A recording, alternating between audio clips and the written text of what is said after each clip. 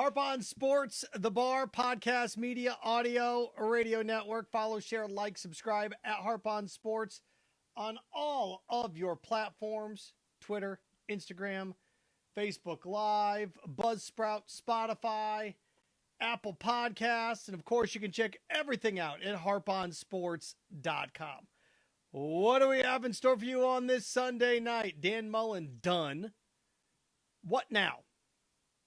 Where next? Where do the Gators go from here?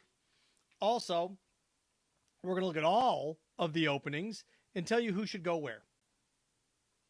Who should go where? What's the smart hire for each school? So we're going to look at that as well. And also a little college football playoff prediction. So an entire college football podcast video for you tonight. Okay. Dan Mullen's done. You look back less than a year ago, this team was what? 7-1? Right around this time a year ago, this team was 7-1. En route to an SEC East crown.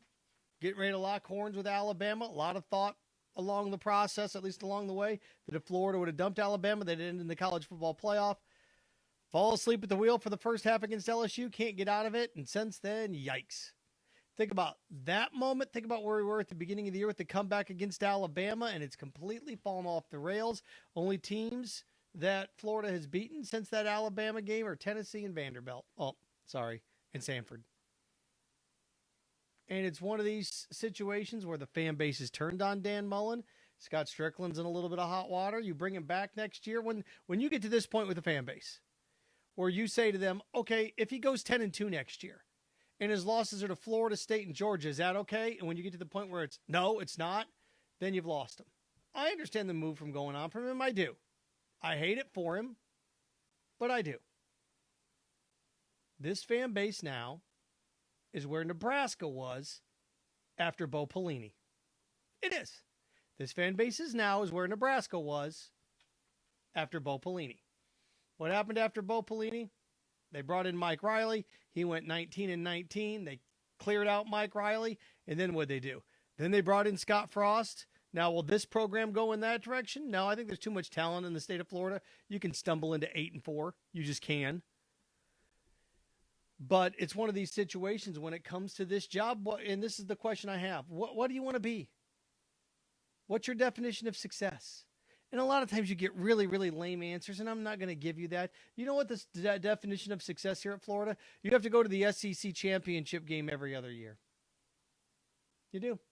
You have to go to the SEC championship game every other year. If you don't go to the SEC championship game every other year, then you need to win it every 4. You can never go below 500 unless it's in year 1. Brian Kelly, in year 6 at Notre Dame, went 4-8. Since then, they've had 5 straight 10-win seasons. No team in the history of Notre Dame's done that. I tweeted that out. Somebody tweeted back at me. Yeah, but he's never won a national championship. There's where your standard is. National championship. That's where it is. And if not, they're going to get rid of you. They are. They're going to get rid of you. So, what do you want to be? We want to be disciplined on both sides of the ball. What do you want to be? Do you want to have attitude? Do you want to have swagger? Then Lane Kiffin's the guy. And my source, who I trust a lot, is telling me it's Lane Kiffin's job if he wants it. This is Lane Kiffin's job if he wants it. $8 million a year is what we're looking at. So what are we looking at? 8 years, $44 million. Write that down. Write down 8 years, $44 million for Lane Kiffin. Let's see how close Uncle Seth gets here. It's his if he wants it. And I look at Lane Kiffin. Lane Kiffin's been successful as a head coach in 3 places. He had SC at 10-2. He was good at Florida Atlantic. Won their conference, didn't they? And at Ole Miss, he's 10-2 and going to be in the top 10, or 9-2 and going to be in the top 10. Lane Kiffin's about ready to take Ole Miss in year 2 to a major bowl game in the same division as Alabama, LSU, who won the national championship 2 years ago. Now, I know they've fallen off, but he's going to go 10-2. 10-2 at USC, 10-2 at Alabama. When he won 10 games at FAU, as head coach, he's had double-digit win seasons in 3 places. Not good enough for you? I don't like his attitude. Okay, Billy Napier is my guy. What do you know about Billy Napier? That's what I always find fascinating about this. Like, Billy Napier's the guy. Oh, come on. Why? He's been very successful at Louisiana. Great. Boy, if that isn't a litmus test. Everybody that loves Billy Napier. Oh, look, he's the number 1 recruiter in his conference. Well, I'd hope so. If you're considering for a job like this. I look at a guy like Billy Napier. I think he's a good football coach. If you're going to sit here and tell me that Dan Mullen wasn't ready for Florida, a Dan Mullen that had Mississippi State ranked number 1 in the country, a Dan Mullen that produced Dak Prescott, a Dan Mullen that led Mississippi State to the Orange Bowl in a top 10 ranking in year 4 at Mississippi State. You're going to tell me that guy wasn't ready for this Florida job? A guy that had coached here, had won 2 national titles here as an offensive coordinator. He wasn't ready. He's not ready for the Florida job, but Billy Napier is. Why? Well, he recruited under Nick Saban and Dabo Swinney. Dabo fired him. Dabo canned him. So, isn't Billy Napier just a better version of Eli Drinkwitz? Eli Drinkwitz is in his 2nd season, isn't he? At Missouri. Do you know who Billy Napier lost to 2 years ago in the Sun Belt Championship game? Eli Drinkwitz in App State. Billy Napier's Eli Drinkwitz, isn't he? Going 11-1 in the Sun Belt. He's not? No, he's so much better than that. Okay. If you say so. I don't mind. I think he's a good coach, and I think there's actually a fit for him in here. But this whole notion that, oh, he's the guy, without a doubt, he's the guy, it's who I want. Why? Who's he beaten? 3 years ago, he beat Iowa State. So he's feasted by eaten up, devouring Sunbelt schools? Isn't Billy Napier kind of like PJ Fleck? No, PJ Fleck actually took a mid-major into a major bowl game. Billy Napier hadn't done that. PJ Fleck actually beat multiple Big Ten teams. Billy Napier hasn't beaten an SEC team. He beat Iowa State 3 years ago. You want to fall in love with the cat, fine. I think he's a good coach. But if you're going to sit here and tell me Dan Mullen wasn't ready for Florida, but Billy Napier is, that's ridiculous. It's ridiculous. It is. What do you want to be? Freddie, Bob Stoops. It's funny because I've got Bob written down here 3. If you love the past, do you like disco? You like disco? Bob Stoops. You think Bob Stoops going to out-recruit Kirby Smart? Bob Stoops thrived in a Big 12 that what? All he had to do was beat Mac Brown. That's all he had to do. Beat Mac Brown. Beat Mac Brown in Texas. And then at the end, when Mac Brown was done at Texas, he had a cycle, didn't he? What do you have? Charlie Strong? Did he have Tommy Herman in there once? Did he get to that point? And nobody lost big games more than Bob Stoops. That's what's funny about this. Florida fans and everybody rags on Kirby Smart for losing big games. Nobody lost big games more than Bob Stoops. What was Bob Stoops in the national title game? 1-3? 1-4? He was, wasn't he? I remember one year they got beat by Kansas State. They got beat by Kansas State one year in the Big 12 championship game. They lost a couple Big 12 championship games. Now, Josh Heupel, when he was at Oklahoma, they had a great defense. They were awesome, and they won. But that was 2000, a long time ago, gang. I like Bob. I think Bob's a good coach. But you're going to track down Kirby Smart and the rest of these young hot shots with the guy that's been out of the league for 4 years, out of the game for 4 years? Everybody loves the past. That's why we get so many sequels and remakes. We do. Oh, another thing, Gator fans. Knock it off with the guy that he has to be a Gator. Got to be a Gator. He's got to be a Gator. And I keep hearing Kerwin Bell. Kerwin Bell got fired from JU. Kerwin Bell got canned from JU. He couldn't win at JU. You're going to lead the Gators? Gosh. Got to be a Gator. Fire Tim Tebow. There you go. Kerwin Bell. Oh, come on. That's ridiculous. Is Nick Saban from Alabama? Is he an Alabama guy? No. He's not, is he? Look around the college football landscape. Now, you can tell me on Kirby. Kirby's a Georgia guy. You bet. Find me an elite coordinator in major college football, and you may talk me into it. But even hiring a coordinator as a head coach is scary stuff. Will Muschamp, didn't work. Going out and getting a hotshot coordinator to be your next head coach.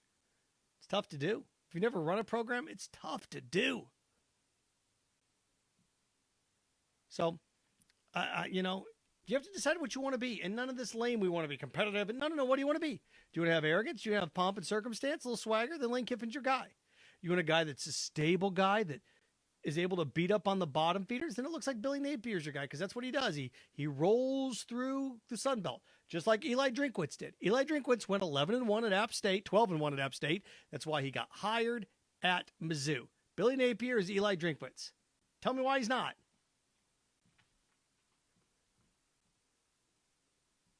Again, Florida should hire Lane Kiffin. My guy tells me, again, who I trust, it's Lane's job if he wants it. It's Lane's job if he wants it. Not going to be Spurrier. It's not, there are many benefits from working for the university. But, good gracious. The echo chamber. The echo chamber is absurd. It is. I understand from moving on from Dan. I do. If you whiff on Lane Kiffin, then what? If you whiff on Lane Kiffin, then what? Who? Matt Campbell? Matt Campbell's done a nice job at Iowa State, but 9-3 is not good enough. Okay, you ready to open up the bank? Gator fans, you ready for your season tickets to go up $10 a game? You can go. You can go pinch Lincoln Riley away from Oklahoma, pay him $14 million a year. Go do it. Break the wheel when it comes to money. Go break it. Go spend that money. SEC payouts about to go up $10 million a year. Here's what you do. Here's the smart play. Here's what should happen, and that's where we're going next. Florida should hire Lane Kiffin. Lane Kiffin should hire Jeremy Pruitt as his defensive coordinator. Lane Kiffin and Jeremy Pruitt were together at Alabama under Nick Saban. Jeremy Pruitt is a good defensive coordinator. He was a good defensive coordinator at Georgia. He won a national title at Florida State as defensive coordinator. And he won a national championship at Alabama as defensive coordinator.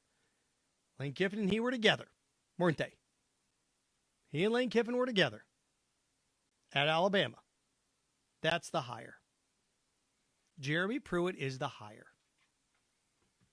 for the defensive coordinator job. Charlie Strong, you guys living 15 years ago, man. 15 years ago. Don't we think the game's changed here a little bit? What's next for Dan Mullen? Before I get into who should hire who, I think Dan Mullen, if he's going to go coach collegiately, the perfect fit for him is TCU. Because recruiting has always been a question mark for him. At TCU, he can grab Dak Prescott. Where's TCU at? It's in Fort Worth, right? TCU's in Fort Worth, right next to Dallas. Where's Dak Prescott play? Dallas. If TCU were smart, they'd hire Dan Mullen. Because all you got to do is, Dan Mullen, you put your arm around Dak Prescott in Dallas, look around the state of Texas, which is by far and away the best high school football state in America. You put your arm around him, if you're Dan Mullen, and you say, look what I did. I made the coach of the Dallas Cowboys. Dak Prescott's going to be the quarterback for the Dallas Cowboys for the next, what? 7 to 10 years? As long as Dak Prescott is the coach of the or the quarterback for the Cowboys, Dan Mullen's relevant. If TCU were smart, they'd hire Dan Mullen. Now, does Dan Mullen want to stay in the college ranks? I don't know. If he wants to go to the NFL, Kellen Moore is a hot name. How about this? This could happen. Kellen Moore's a hot name. A lot of people are talking about Kellen Moore's going to get hired as an NFL head coach at the end of the year. Then Dan Mullen just slides in under McCarthy in Dallas, and Dan Mullen becomes the offensive coordinator to the Dallas Cowboys and Dak Prescott. You tell me that's a bad idea? I don't know if that'll work. What, wasn't Dan Mullen together with Dak Prescott? Didn't they have success, if I'm not mistaken, at Mississippi State? Did they not? No? Wouldn't you say that was where he was his most successful? And, you know, even maybe Virginia Tech, if Virginia Tech wants to get away from that defensive mindset that they've had for the longest time, Dan Mullen would be a complete paradigm shift. Offensive, throw the ball, vertical. So, there you go. Florida should hire Dan Mullen. I'm joking. Florida should hire Lane Kiffin. Dan Mullen, if he wants to coach collegiately, TCU should offer them the job. If he doesn't get the TCU job, Virginia Tech, if not, Dan, take a step back. I could see him becoming the offensive coordinator of the Cowboys because Kellen Moore is going to get an NFL head coaching job. Okay. Where should guys go? I wrote this down. Where should everybody go? Where should everybody go? What should this carousel look like at the end of the year? I mentioned Lane Kiffin to Florida. That's the hire. That is the hire. Dave Aranda should be the next head coach at LSU. He's defensive coordinator there. He's going to go 10-2 at Baylor. In 2 years, he's flipped that thing around after a losing year. He's a good football coach. He knows how to recruit Texas at LSU. He's a good, stable guy. They don't want nonsense there. Dave Aranda is the right hire for LSU. The Lincoln Riley stuff, I'm not falling for it. You can fall for it if you want. I'm not going to. Dave Aranda, LSU. Lane Kiffin, Florida. How does the rest of this lay out? Well, if you believe James Franklin is going to USC, there's like Luke Fickell's going to Southern Cal. If you believe that James Franklin is going to USC, then Penn State hires Luke Fickell.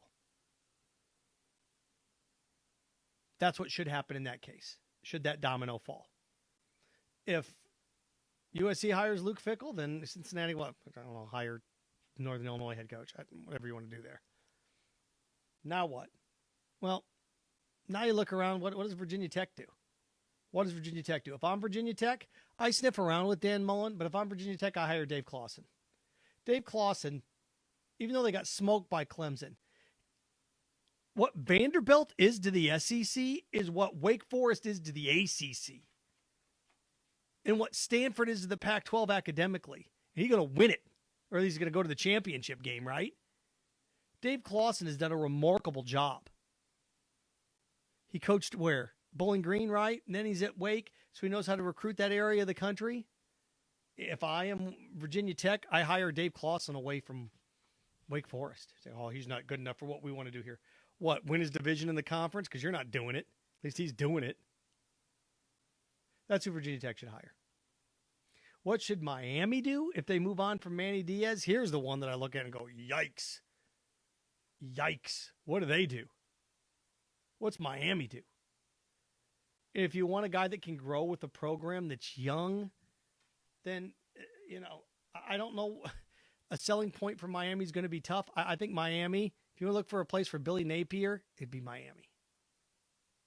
Again, in Florida, you're going to tell me, and this is where I'm going back. If you're going to tell me that Dan Mullen wasn't ready, he didn't have the chops for Florida. That dude went 10-2 and went to the Orange Bowl and was ranked number 1 at Mississippi State.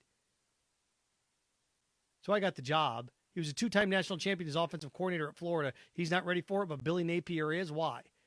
Because he's doing to the Sun Belt what Eli Drinkwitz did to it?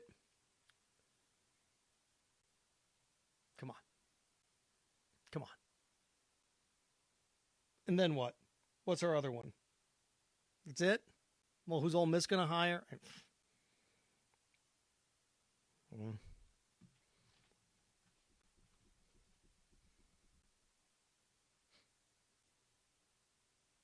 Pretty Hoke. No, not Pretty Hoke. That's what I would do. That's where everybody should go. That's the logical sense now. Splash hires here and splash hires there. Come on. Come on. Remember, adults don't make splashes. Kids make splashes in pools. Urban coming back. No. Absolutely not. No, Urban's not coming back. No. Although this fan base, I tell you what, it turned on Urban big time, right? And now they want him back. This fan base turned on Muschamp. He should come back and be the defensive coordinator. Yeah, if I'm Will Muschamp, I really want to come back here to Florida. I can stay at Georgia with Kirby Smart as he continues to give me 5 or 6 first and second round draft picks on defense every year. I can come to Florida and what? You can hate me again? Pass. Really quick, college football playoff prediction. Like it, love it, hate it. Here's what it's going to look like on Tuesday. Here's what it's going to look like. Number 1 is going to be Georgia. Number 2 is going to be Ohio State. Number 3 is going to be Alabama. Number 4 is going to be Michigan. Number 5 is going to be Cincinnati. Number 6 is going to be Notre Dame. And number 7 is going to be Oklahoma State. The only thing I may be off on is they may keep Bama 2, just so they have a 1 versus 2 SEC championship game. They may do that. But mark my word, if Georgia's 1, Alabama is going to be 3 or 2. And whichever one they're not, Ohio State's going to be. Michigan's going to be 4. Michigan will jump Cincinnati this week. They just are. Why? Because they can't. They want another play-in game. The Michigan State-Ohio State game. Play-in game. That's why they keep these teams up there. Michigan State shouldn't be behind Michigan. They beat them. If Michigan State would have beat Ohio State, the committee would have been, no, you're right. We made a mistake. Up they come. Yeah, see, I told you. But Ohio State drilled Michigan State, so it's like, see, you're right. 1 Georgia, 2 Ohio State, 3 Bama, 4 Michigan, 5 Cincinnati, 6 Notre Dame, 7 Oklahoma State. When it's all said and done, I'll tell you right now, 2 weeks from now, number 1 is going to be Georgia. Number 2 is going to be Ohio State. Number 3 is going to be Cincinnati. And number 4 is going to be Notre Dame. And you get mad all you want, and hate them all you want. Who should be there? Well, then who? Mississippi with 2 losses should be there? Come on. So what's going to happen? You can like it. You can hate it. You can despise it. I'm just here to tell you the truth. I'm a sports doctor. I come in and diagnose you. Do you want me to tell you the truth or not? Lie to me, doc. Okay, you're fine. You come back later. I still don't feel good. Well, that's because you have 8 venereal diseases, but you wanted me to lie to you. Sports doctor. Diagnose, tell you the truth. That's what's going to happen. Follow, share, like, subscribe if you haven't done so. Harp on Sports, the YouTube channel. Check it out. We keep all of our videos there. The new harponsports.com. It's updated, looks great and strong. Check it out when you get the chance. And there you go. And remember, stay clean, stay focused, stay strong. Frankenstein. Have fun with your friends.